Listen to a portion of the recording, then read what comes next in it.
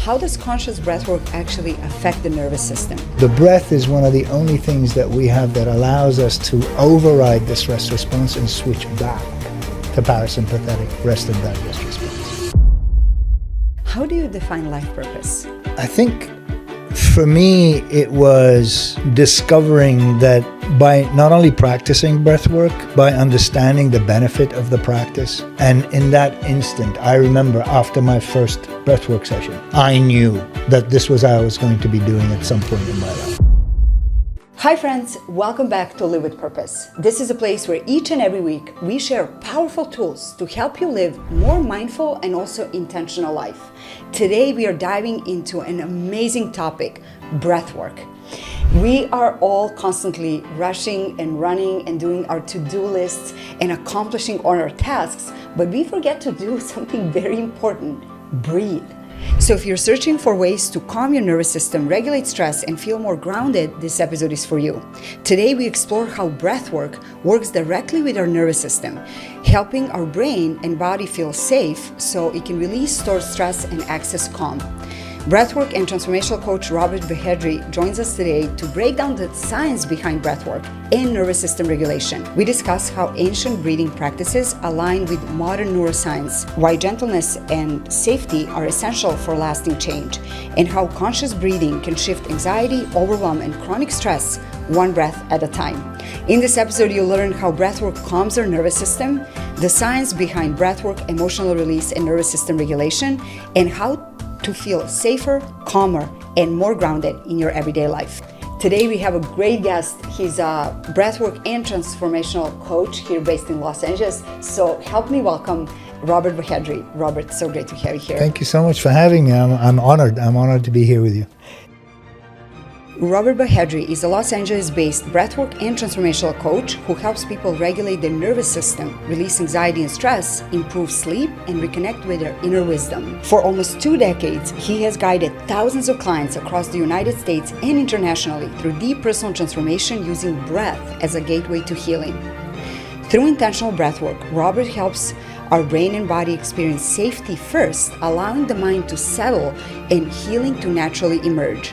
This shift moves people out of fight or flight and into a state where clarity, calmness, and authentic self-expression can flourish. He balances depth with lightness, connection, and even humor, making transformation both accessible and sustainable. Blending modern neuroscience with ancient breathing wisdom, Robert's work empowers individuals to feel safe, calm, and aligned, so healing becomes not just transformative, but also joyful. So for our audience, tell us what is breathwork and how it is different from regular breathing. What is the difference? Yeah. What you and I are doing right now is something that we do automatically to keep us alive. Breathwork is breathing intentionally in specific ways to allow us to have some semblance of control over our physiology. That's the difference. Breathing intentionally gives you and I control over our emotions, over our monkey mind, the thoughts, and everything else, often helping us also heal physically.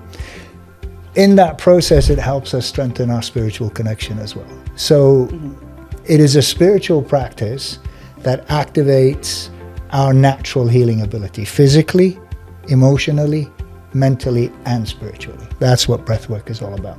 That is so profound. It affects our nervous system on all different levels. Yeah. So what do you find that most people struggle the most when it comes to breath work? Well, we all understand that breathing keeps us alive. Very few people understand that it is a healing modality that allows us to tap into our natural healing processes in the body. But also it's a powerful tool to help us regulate our nervous system. Most of us don't understand or don't even realize that we are in a stress response throughout our 21st century lives are extremely demanding. You know, you get a text from your boss says, I need to see you right away. Immediately your body reacts to that information. And one of the first things that changes is how you breathe. You know, if you activate the stress response, fight or flight as we know it, first thing that changes is the way you breathe. It's much faster, it's much higher in the body. in the chest. Blood pressure goes up, heart rate goes up, immune system is suppressed. So all these functions in the body that help you and I keep alive are compromised because the most important thing, according to our brain, is to stay alive. Mm-hmm. That's survival mode. Mm-hmm. Most of us are so used to being in that chronic stress cycle, we don't even realize that we are in fight or flight. Mm-hmm. We become so used to it. It's just so natural. Yeah, so, mm-hmm. Rushing around in traffic. I mean, we live in LA. Traffic was horrendous getting here today. Mm-hmm. I'm constantly checking my watch. I'm going, oh my God, I'm going to be late. Did I prepare for this? I think I prepared. So all the thoughts that create the emotions that are matched by our nervous system. Mm-hmm. And the nervous system then responds by releasing hormones that corroborate that thought and that feeling. So our stress hormones are released. So cortisol, adrenaline, and once that happens, the body prepares for either fighting or fleeing. Mm-hmm, mm-hmm. Because in prehistoric times, the rustling in the bushes was very likely a saber-toothed tiger. And we had a split second to decide what to do to survive. So there's a part of the brain at the brainstem called the amygdala, nicknamed the lizard brain, the ancient brain. Mm-hmm. And it's an on and off switch. Am I safe? Yes, okay, I'm cool. I can just carry on doing what I'm doing. Am I not safe? What is that sound? What is that message telling me? So it's constantly scanning for danger. Back then it was life-threatening. Mm-hmm. The text from your boss isn't life-threatening, but the amygdala doesn't know that. So it responds in exactly the same way it did, tens of thousands of years ago. Yeah, mm-hmm, mm-hmm. Compromising your immune system, shutting down the digestion, shutting down reproduction. None of us are going to reproduce anytime soon. So all these things change as a result of the perceived threat. And the research shows over and over again that low level of stress, high levels of adrenaline, cortisol level are actually causing all the diseases. Yes. Over time, because if they're low level stress that people don't even register, they're not even aware of. Actually, it's very dangerous and damaging for the system on the long run. Mm-hmm. Our stress response is only meant to last for 90 seconds, because in those 90 seconds we get to decide. Am I safe? Yes. Okay, I can carry on doing what I'm doing. If not, I got to figure out how to escape the threat, the perceived threat. Mm-hmm. When you and I receive a text, when you and I have a deadline, that stress response is now constantly re-triggered. So we're in that constant stress cycle. Exactly. And we're so accustomed to it, we don't even understand that we're actually how dangerous that functioning is. That way. Mm-hmm. Yeah. That is so important that you're sharing right now. Okay, so we're going to take a quick break. This is a quick segment that explains actually the science behind breathwork. Let's take a look. So breathing is something we do about 20,000 times a day. Yet we are usually unaware that the way we breathe can directly shape how we feel, think, and respond to stress. So what is breathwork? Breathwork refers to intentional breathing techniques used to influence our nervous system. Unlike automatic breathing, breathwork uses specific rhythms, depths, and patterns to send signals to our brain, changing our physiological state in real time. The question we get often from our audience, does breathwork actually work? The answer is yes, and the science explains why. Breathing is one of the only bodily functions that is both automatic and voluntary. That makes it a powerful bridge between the conscious mind and the autonomic nervous system. When breathing is slow, steady, and controlled, especially with longer exhales, it activates the parasympathetic nervous system, often called rest and digest state. Research published in Frontiers in Human Neuroscience and Cell Reports Medicine shows that even a few minutes of slow breathing can reduce cortisol levels, which is a stress hormone, lower heart rate, and increase heart rate variability, HRV, a key marker of nervous system resilience. Can breathwork help with anxiety and stress? Clinical studies suggest it can. Breath-focused practices have been shown to reduce symptoms of anxiety, PTSD, and chronic stress by calming the brain's threat response and increasing vagal tone, the health of the vagus nerve, which plays a major role in emotional regulation. This is why breathwork doesn't just relax the body, it helps the body feel safe. How does breathwork affect the brain? Slow rhythmic breathing influences brain waves, shifting activity away from stress-related patterns towards states associated with calm and clarity. It also improves communication between the brain and the heart, supporting emotional balance and mental performance. How quickly can breathwork help with stress and anxiety? Often, just a few minutes. The nervous system responds very quickly to changes in breathing. Over time, consistent practice trains the body and brain to recover from stress more efficiently, not just during breathwork, but in everyday life. So breathwork isn't just a trend, it's a skill rooted in neuroscience, physiology, and decades of research. And when you learn how to breathe with intention, you're not just changing your breath, you're changing how your body responds to stress in general. So we're back in the studio, continuing our conversation with Robert Bahedry. So another really important question that comes often from our audience is, how does conscious breathwork actually affect the nervous system? Can you explain a little bit of the science behind that? Sure, sure. Our nervous system is split into several parts. One of them is called the autonomic nervous system. The autonomic nervous system is exactly what the word auto means. It controls all sorts of functions in the body that keep you and I alive without having to think about it, including breathing, heartbeat, blood pressure, digestion, immune system, all of these things, right? And the autonomic nervous system, the ANS, is split into two branches. We've already covered the stress response, the fight or flight. That's known as the sympathetic nervous system's response. If you can think of a car, that's the accelerator. Go, go, go, go, go, right? The complementary part of the ANS is the parasympathetic nervous system, which is that rest and digest and restore response. That's the brakes. So we're always switching between those sympathetic or parasympathetic. The breath allows us to switch from one or the other. When the sympathetic stress response kicks in, you and I think we don't have control over what happens next. The breath is one of the only things that we have that allows us to override the stress response and switch back to parasympathetic rest and digest response. The only thing that gets in the way is our awareness.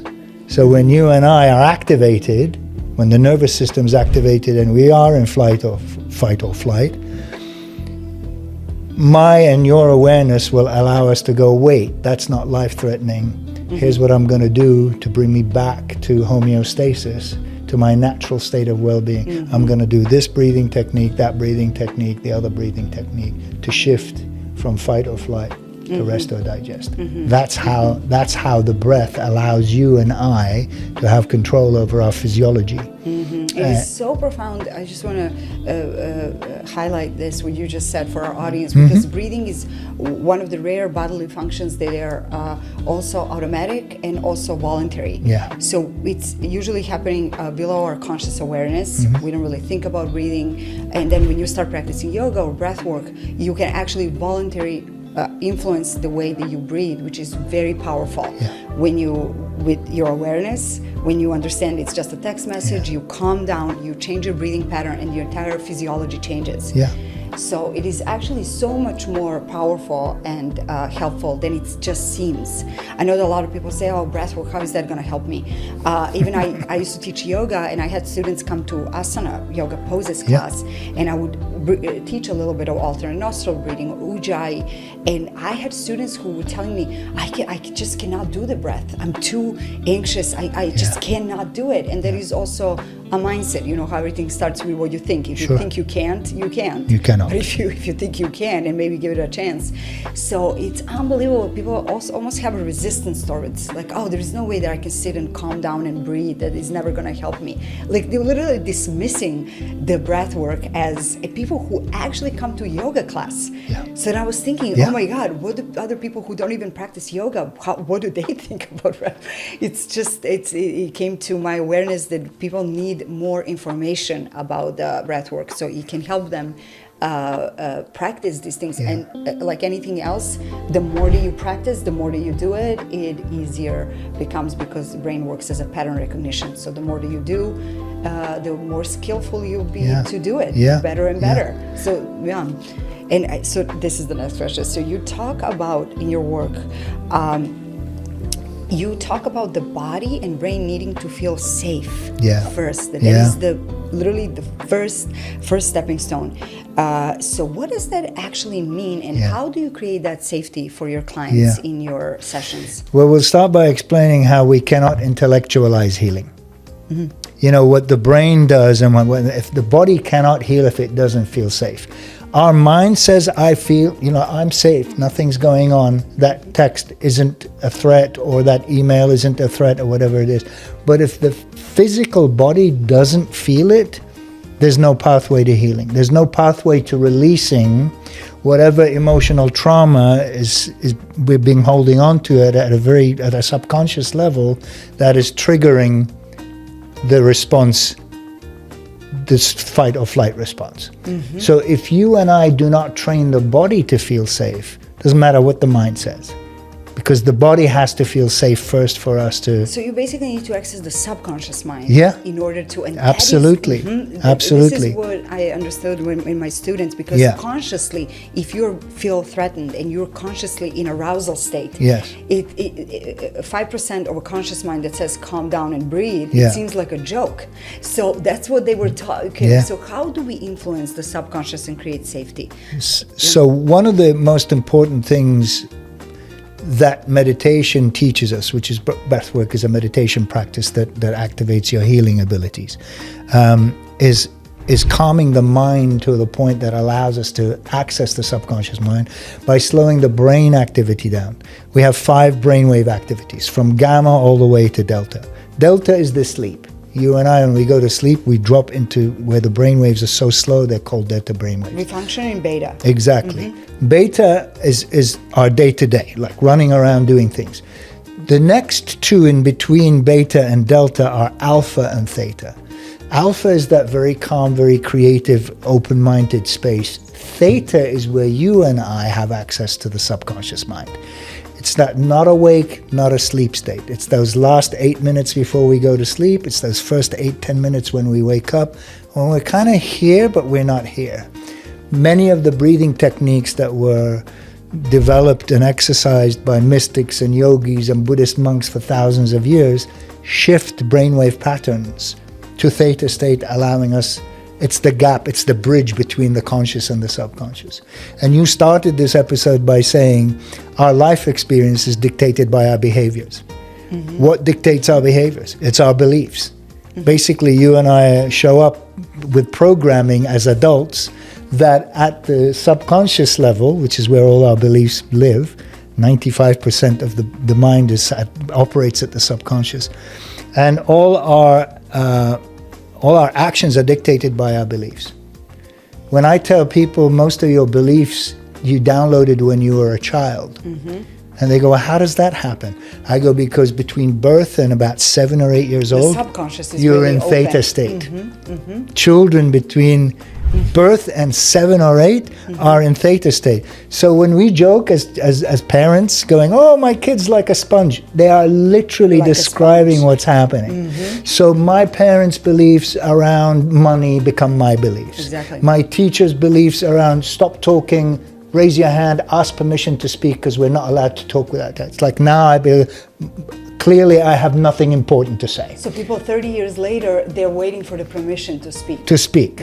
And or they believe that money is the root of all evil because they heard their parents fight about money all the time. Or if their parents fought the entire time they were growing up, they believed at the subconscious level that if they're not in a fight with their current spouse or partner, that relationship is not a healthy one. Because they see that and think that that is the way it's supposed to be. How do you and I change our beliefs? We have to have access to the subconscious mind first. And that's what's so powerful about many of these breathing techniques. They allow us to slow the brain activity down to access the subconscious mind and change our belief systems. Once we've changed those beliefs, our actions start to match those beliefs, and our life experience starts to match the vision of the life we want to have. So it's that deep alignment work. on a deeper level. It's deep work, and our beliefs are often tied to the emotional trauma we experienced from a long time ago. So we carry that with us again at the subconscious level. we store that energy in motion. The emotion that you and I didn't express in a traumatic experience because we couldn't or we weren't allowed to. And I grew up in a family where boys don't cry. That was the belief. And so for my entire life, until my first ever breathwork session, by the way, which was about 15, 16 years ago. During your yoga training? No, this was after yoga training. And we'll get, we can talk about that in a minute. But my first breathwork session, I experienced a lot of anger coming up, a lot of grief coming up, and I didn't understand where that came from. It wasn't until later, talking to a therapist, they go, well, did your parents allow you to express your emotion? I go, no, not at all. He goes, that's where that stuff came from. So when you and I have a belief around, don't be so emotional, that's ridiculous, why are you crying about this, why are you upset about that, stop that nonsense, all of these things that become the beliefs. My emotions are not welcome here, it's not safe for me to express my emotions. So Dr. Joe Dispenza says if you can think of emotions as energy in motion, that energy has to go somewhere if you don't allow yourself to feel it by moving it through your body. So you and I end up storing it at the cellular level. And how do you create that safety for students so the brain feels safe so they can release the emotions? My question was actually, how long does it take for that to happen? Somebody has to come for months every day, or how long I think does it take? one of the, I've had students come to class for the first time and have an extremely cathartic experience. Oh, really? First session? Interesting. Yeah, it can. Some, not so much. It depends on how safe they feel in the environment. My job, when I show up with a client, whether it's one-on-one, whether it's at a class at a yoga studio, is to make that person feel safe enough to let go.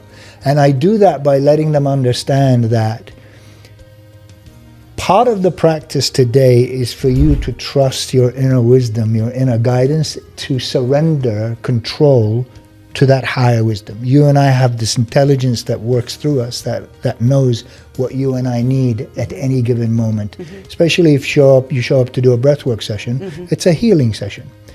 And by not wanting to control the experience, there's an element of surrender, of trust to that practice, to that energy. Now, you're in control in this environment too.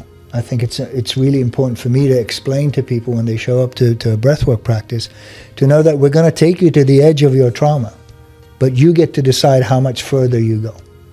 You're in a controlled environment, so you get to decide whether you're going to push a little bit further or try and breathe through whatever the resistance is, or you're going to just take it easy today and back off because you're not quite sure what to expect. And the moment people realize that this energy, this healing energy that they're working with, their own divine healing energy, is only there for the good, for their good, that's when they understand that they can let go. My job is to show up and create a safe and sacred space for people to let go if they so choose. And I simply do that by what I say, by how I say it, and by constantly reminding them that they're in control of their experience. They can actually use that energy, how Dr. Joe Dispenza says, to use that energy more creatively. Because it's like a trapped energy.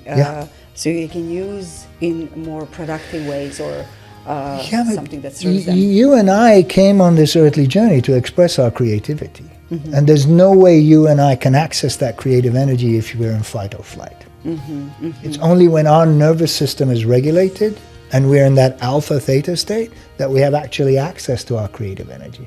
We have access to our loving energy. We have access to all the goodness, the kindness, the compassion, and the love that we can express and share with others. When we're on fight or flight, there's no access to that energy. So we can live a fuller expression of ourselves when we are in a different state. And show up in a different level, like every day. I mean, my job is to show up and hold space for people by making them understand that they're safe in this space. They're safe allowing themselves to feel whatever shows up. But if whatever they feel as it shows up gets a little too intense, they can stop the breath. They can back off and just relax and choose to come back another time to go a little bit further. That is really important, and that was Yeah. actually my next question. Yeah. That many people struggle with anxiety. Yeah. like we know. So how quickly breathwork can help with anxiety relief? And you partially answered that Yeah. question. And what should beginners expect? So it can happen fast. They actually get to decide how fast they want to go. Yeah. Is that Yeah. how it works? Yeah, that's the thing. So there are two principles in psychology that play a very, very big part in the type of breath work that I do. One is called pendulation, one is called titration. So titration comes from chemistry, where if I have a base and I want to pour acid into it, if I don't use tiny little drops, there'll be an explosion. The end result is water with salt in it, but it has to be done in the right way, drop by drop. That's titration. So the rhythm matters. So just small doses, basically. Doses, So during a breathwork session, I take people through their journey, reminding them along the way that you can stop anytime now. You can stop anytime now. That's the titration piece. Where are you going? How far are you going? Do you need to pull back a little bit? Do you need to go a little further? Do you need to pull back a little bit? Which brings me to the second principle, which is pendulation. You and I operate in what we call the safe zone, right? The zone of tolerance, which is our comfort zone, where everything is predictable. The amygdala and the brain keeps us safe, keeps us kind of, everything is going to happen in this, we know what's going to happen. The magic happens outside The comfort zone. the comfort zone. So that is the point, So- how you get them into that zone. So we push the edges of the comfort zone through breath work and then come back in a little bit. But we don't come back in where it used to be, because we stretched it a little bit and then come back a little bit just to feel a little bit more comfortable. So there's this constant pendulation where we expand the comfort zone and come back a little bit to integrate. Within a safe environment where you, as the student or the client, are in a driver's seat. in the driver's seat. You're deciding. You are in control Because that gives them the control of the experience. of the experience. And the minute you and I experience that for the first time, we realize, oh, I can actually let go and know that I'm going to be safe. Because why? You and I doing breath work with our own divine healing energy. And that divine healing energy knows exactly what you need in any one given moment, and it won't take you further than you're capable of going. And I think one of the most important things that if you're going to work with a facilitator or a practitioner is that they have the experience to notice if you are going over the edge and you've lost control, that they pull you back. They're the ones who say, I think you need to stop right now, just take a breath, let's ground. Just to go back to breathing your natural breath, let go of the breath work that we were doing, and just to come back into the present moment so that we don't trigger our trauma. We want to visit the trauma to heal it, but we don't want to re-trigger it. And that's a very fine balance. That takes a lot of experience. It takes time as a facilitator to understand what's going on. So it's very important for our audience, somebody watching right now, to choose a person, Robert or whoever you decide to work with, somebody who has experience, and they know so you don't hurt yourself. Yeah, I mean, it's like going to the gym, right? If you lift too much weight, you're going to tear the muscle, cause damage. Exactly. But you're there to build resilience, right? That's what we're doing through breathwork. It's almost like going to the gym for the soul, for the spirit. Our objective is to build resilience. So what used to trigger you and me 6 months ago does not trigger you doesn't anymore. And that is the calmness of mind, is the greatest gift you can give to yourself. Absolutely. One of my favorite teachers, Dr. Wayne Dyer, explained it in such a profound and very simple way. Anytime you show up to do the inner work, you create a gap. You create the space between what triggers you and how you respond. Not how you react, but how you respond. That's a very powerful It's statement. like now I get to choose how I respond to what this person said and what this person did, instead of like the knee-jerk reaction, getting defensive, getting angry, it's like, this person pissed me off. Why would I give that person that much power? So this was a question also that we get a lot from our audience. Is breathwork something you have to do every day to see the benefits, or even 2 to 3 times a week can still be powerful? Yeah. So I remember asking that very question my teacher during teacher training. He goes, Robert, ultimately you want to develop a consistent, maybe even a daily practice. It's different for everybody. But don't expect to see results if all you do is show up once a year or once every 6 months or once every month. What is the minimum that somebody watching right now, is it 3 times a week to have any effect? Listen to your body, it'll tell you. Okay, great Right? answer. Yes, but the more that you do it, it's definitely better. You know, your body will tell you. It's like going to the gym. You'll start once a week, and then after 2 weeks, your body says, we need to go twice a week. Right? You go twice a week, and your body goes, okay, this is really good. Your body will actually feel the benefits, and it will demand more of you. No different to breath work. You will go you'll start once a week, maybe once every 2 weeks, and you will start craving more. Your body will tell you if you tune in and listen, which is one of the other things we talk about. You know, you have to really connect to your physical body, because that's where all the healing is done. We cannot intellectualize our healing. It's not an intellectual exercise. It's a physiological experience. And the same applies to you tuning in and listening to your body. It'll tell you when it's time to do more. If it's time to do more.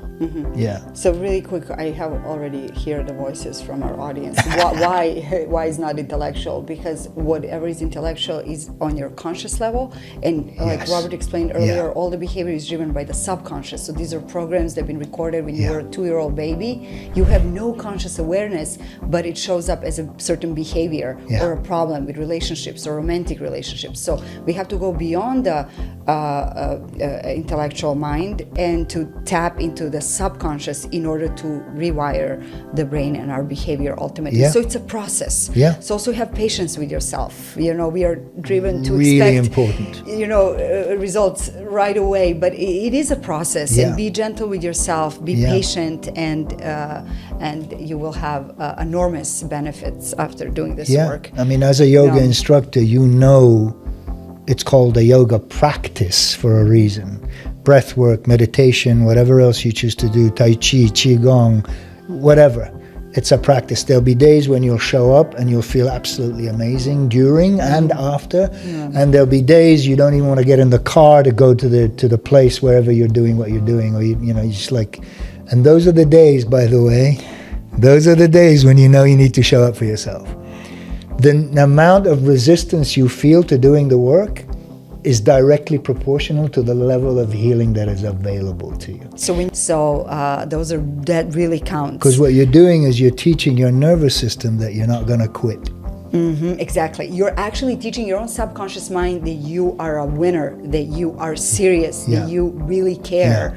And that is very powerful. That you can do hard things. And then you trust yourself more. It so the self-trust piece, I can do hard things. Look at me. I can't believe I did that when all I wanted to do was to go home to bed. I actually did this thing. That then transfers to everything else in your life. Relationships, career, money, all of it. All of it. It's so powerful. In breath work, often some of the techniques where we raise our physical vibration to a point where we actually vibrate it out of the body. There's a technique I work with, which is I'm well known for here in LA. It's a 3-part, very activating breathing technique that I know. I saw so many videos of you teaching it on YouTube. That activates the body, the endocrine system. The entire chakra system comes online, and we release a bunch of healing hormones, including adrenaline, just to raise the body's physical vibration. Again, back to the activating the body in a controlled environment. And as you raise your physical vibration, you shake loose some of the stuff that you're holding onto. In yoga, we twist it out and squeeze it out. In some of the breathwork techniques, you actually vibrate it out of your body. By raising your body's physical vibration through releasing all these healing hormones into the body, you have a similar experience to what I had in yoga. It's like tears show up, you get angry, you get really pissed off. But then you release it. You get sad, but once you've released it from your body, you're no longer carrying it in your physical body anymore. It's like a baggage or something that you carry. Literally baggage, right? And emotional baggage. And so what ends up happening, if I release that trauma, what you said 6 weeks ago that pissed me off, because I held on to the traumatic experience that triggered that, that's gone. It's like, whatever. It's like, You react, you respond differently. You respond differently. It is very, very profound. And you know, we often talk about how we see life through a specific lens. Our trauma colors that lens through which we experience life. So the more we let go of the trauma, the clearer the lens through which we experience life becomes. For someone interested but skeptical Yes. about trying breathwork, what would you say to ease those fears and invite them in? I love the skepticals. I love the skeptics. Like, most of them are men. You know, most of the students in my classes are women. I'd say 85 to 90% are women. But every once in a while, a guy comes in because his wife or his girlfriend say, "You got to come with me. This is amazing work." And you can tell as we open the circle, he's kind of there because he's been asked to come. And at the end, the most profound response from most of these people is, "Holy shit, Robert, what just happened?"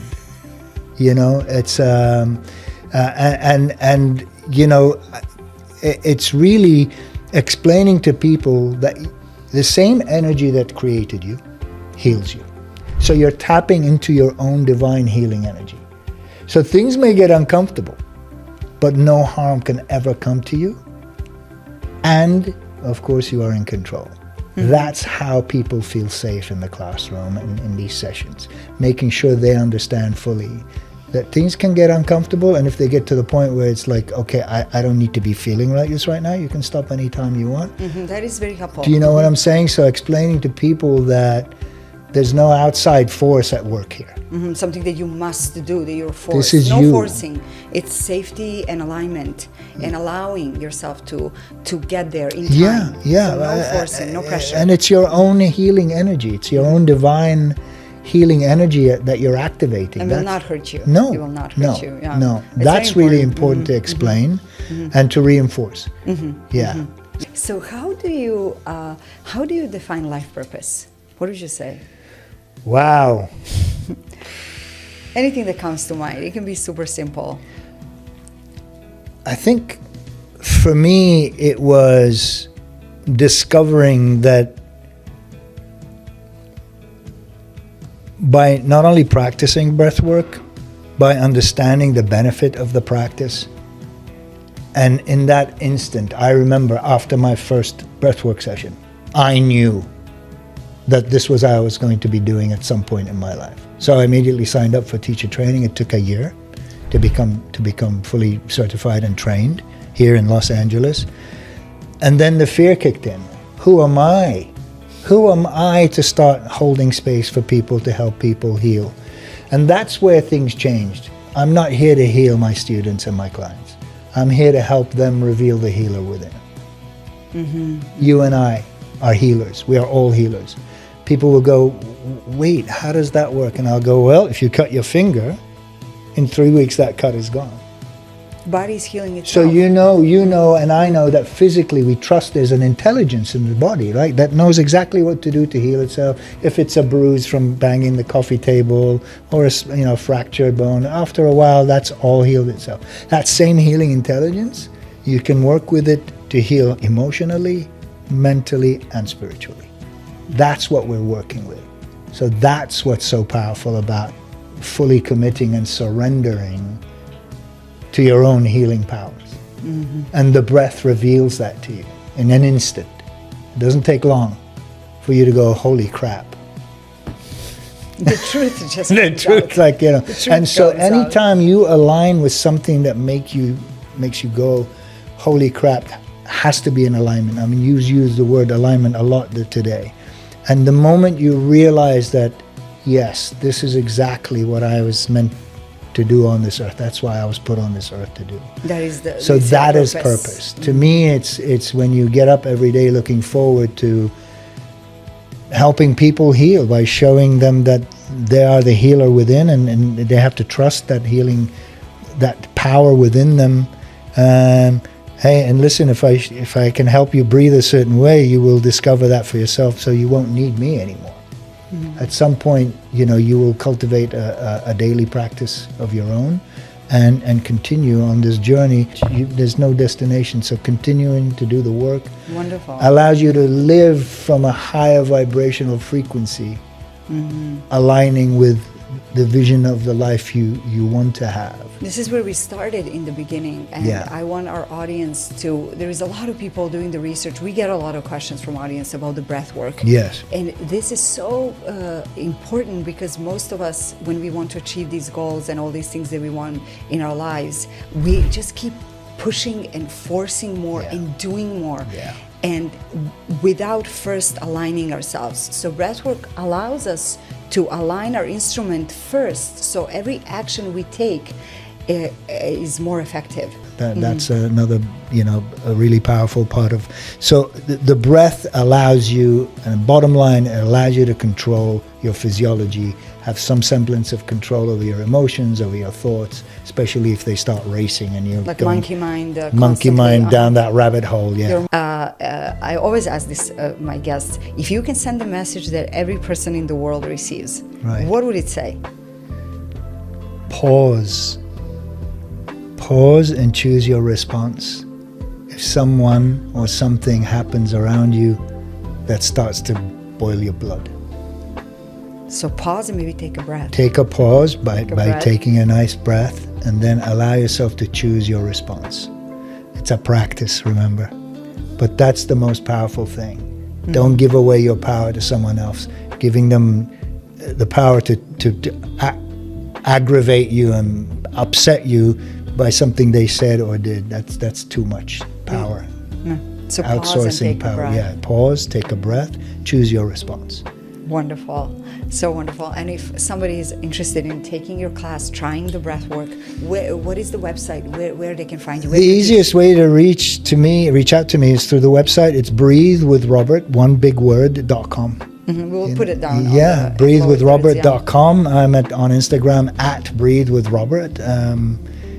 Let's connect and see if we can work together. If I can guide you in any way, I can help you breathe in a way that allows you to remain calm and relaxed, accessing the subconscious mind and your creative energy, which is the most important thing.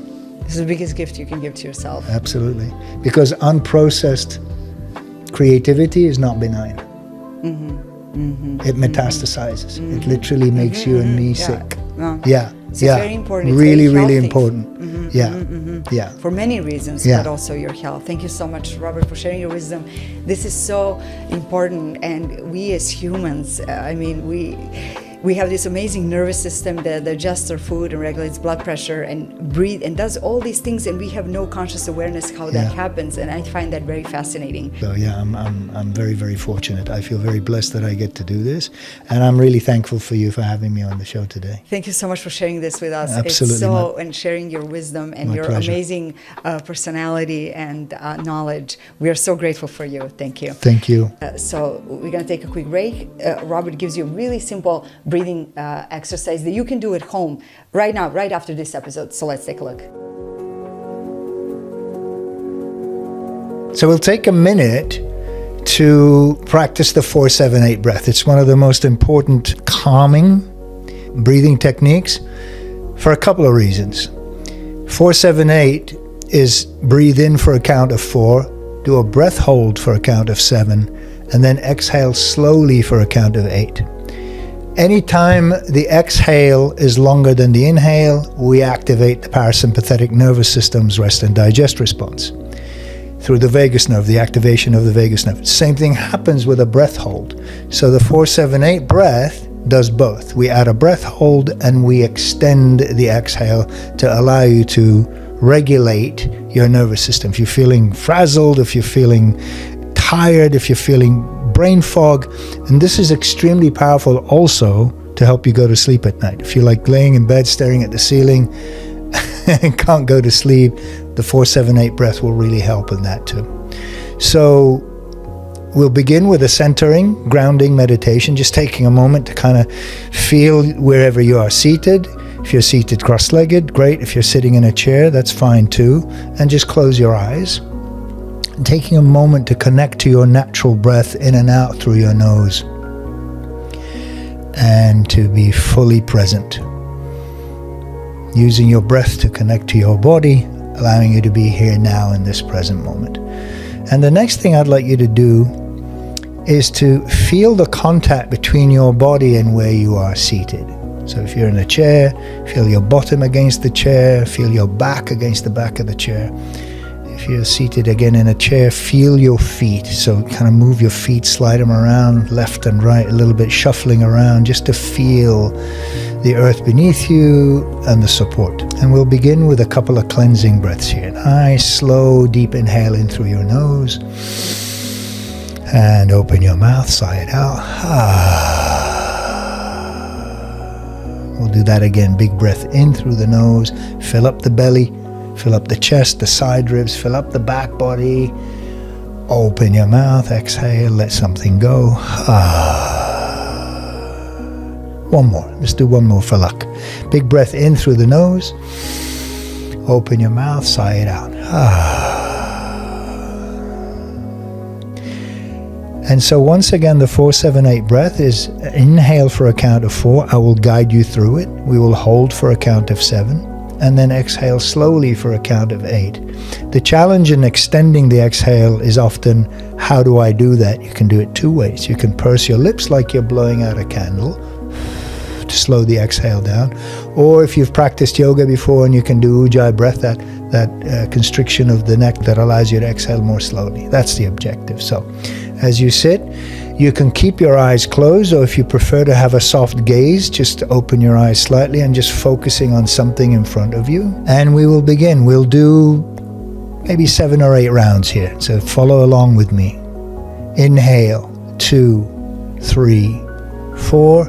Hold, 2, 3, 4, 5, 6, 7. Exhale slowly, 2, 3, 4, 5, 6, 7, 8. Inhale, 2, 3, 4. Hold, 2, 3, 4, 5, 6, 7. Slowly exhale, 2, 3, 4, 5, 6, 7, 8. Inhale, 2, 3, 4. Hold, 2, 3, 4, 5, 6, 7. Exhale, 2, 3, 4, 5, 6, 7, 8. Breathe in, 2, 3, 4. Hold, 2, 3, 4, 5, 6, 7. Exhale, 2, 3, 4, 5, 6, 7, 8. We're halfway through. Let's do 4 more rounds here. Inhale, 2, 3, 4. Hold, 2, 3, 4, 5, 6, 7. Exhale, 2, 3, 4, 5, 6, 7, 8. Breathe in, 2, 3, 4. Hold, 2, 3, 4, 5, 6, 7. Exhale, 2, 3, 4, 5, 6, 7, 8. Inhale, 2, 3, 4. Hold, 2, 3, 4, 5, 6, 7. Exhale, 2, 3, 4, 5, 6, 7, 8. Last one. Nice big breath in. 2, 3, 4. Hold.